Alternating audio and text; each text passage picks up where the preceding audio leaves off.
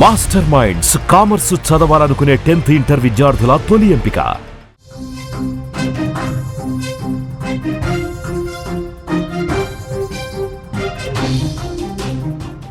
Breaking news చూస్తున్నాం. అమెరికాపైకి Iran దాడికి plan చేస్తోందా? పశ్చిమాసియాలో అగ్రరాజ్య సైనిక స్థావరాలపైనే కాకుండా వాషింగ్టన్, న్యూయార్క్ పైన కూడా బాంబులు వేసే అవకాశం ఉందా అంటే అవుననే సమాధానం వినిపిస్తోంది. ఇరాన్ ఇజ్రాయెల్ యుద్ధంలోకి అమెరికా తోరి ఇరాన్ అణు స్థావరాలపై ఆదివారం దాడి చేశాక వార్ మరింత తీవ్రంగా మారిందని చెప్పుకోవచ్చు.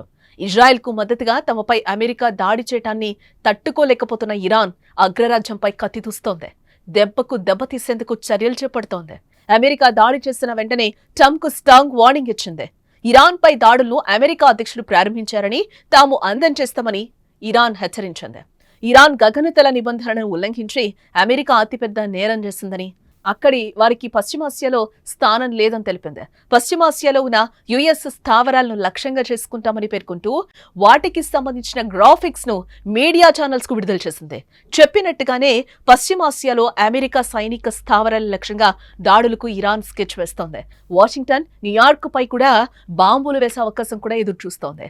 అంతా ఓకే అనుకుంటే ఈ రోజు రాత్రికే అమెరికాపై ఇరాన్ దాడి చేసే అవకాశాలు పుష్కలంగా కనిపిస్తున్నాయి. ఇప్పటికే ఇరాన్ దాడులు చేస్తుందని అమెరికాకు నిఘా వర్గాలు హెచ్చరించాయి.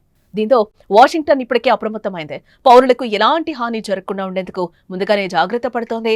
ప్రార్థనా స్థలాలు, సున్నిత ప్రాంతాలపై నిఘా మరింత కట్టుదిట్టం చేశారు.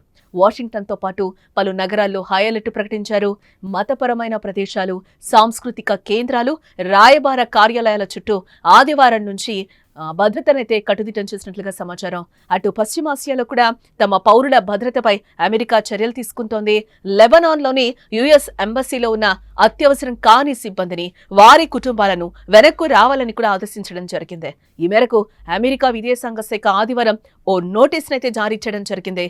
లెబనాన్ నుంచి బయలుదేరాలని అనుకునే ప్రైవేట్ అమెరికన్లు అందుబాటులో ఉన్న వాణిజ్య సర్వీసులను ఉపయోగించుకోవాల్సిందిగా కూడా సూచించడం జరిగింది. అలాగే సౌదీ అరేబియా, తుర్కియల్లో ఉన్న అమెరికన్లు భద్రత పరంగా అదనపు జాగ్రత్తలు తీసుకోవాలని కూడా కోరుతోంది. ఇటు ఇజ్రాయెల్, ఇరాన్ తదితర దేశాల నుంచి ఇప్పటికే వేల సంఖ్యలో అమెరికన్లు స్వస్థలాలకు తరలి వెళ్లిపోతున్నారు. అమెరికాకు పశ్చిమాసియాలో అనేక స్థావరాలున్నాయి. వాటిలో ఖతార్లోని అల్ ఉదీద్ వైమానిక స్థావరం ఈ ప్రాంతంలో అతిపెద్దదని చెప్పుకోవచ్చు. ఆ తర్వాత బహ్రెయిన్లోని యుఎస్ నావీ 5వ నౌకాదళం, ఇరాక్లోని అలసద్ వైమానిక స్థావరం, హరీర్ వైమానిక స్థావరం, దక్షిణ సిరియాలోని అల్తన్ప్ గ్యారిసన్ సైనిక స్థావరం, కువైట్లోని అలీ అల్ సలేం వైమానిక స్థావరం, ఇటు యునైటెడ్ అరబ్ ఎమిరేట్స్ లోని అల్ దఫ్రా వైమానిక స్థావరాలున్నాయి. వీటిని ఇరాన్ లక్ష్యంగా చేసుకునే అవకాశం కనిపిస్తోంది. అయితే ఇరాన్ దాడి చేస్తే ఊహించని విధంగా ఇరాన్ పై ట్రంప్ తిరగబడతామని చెప్తున్నారు.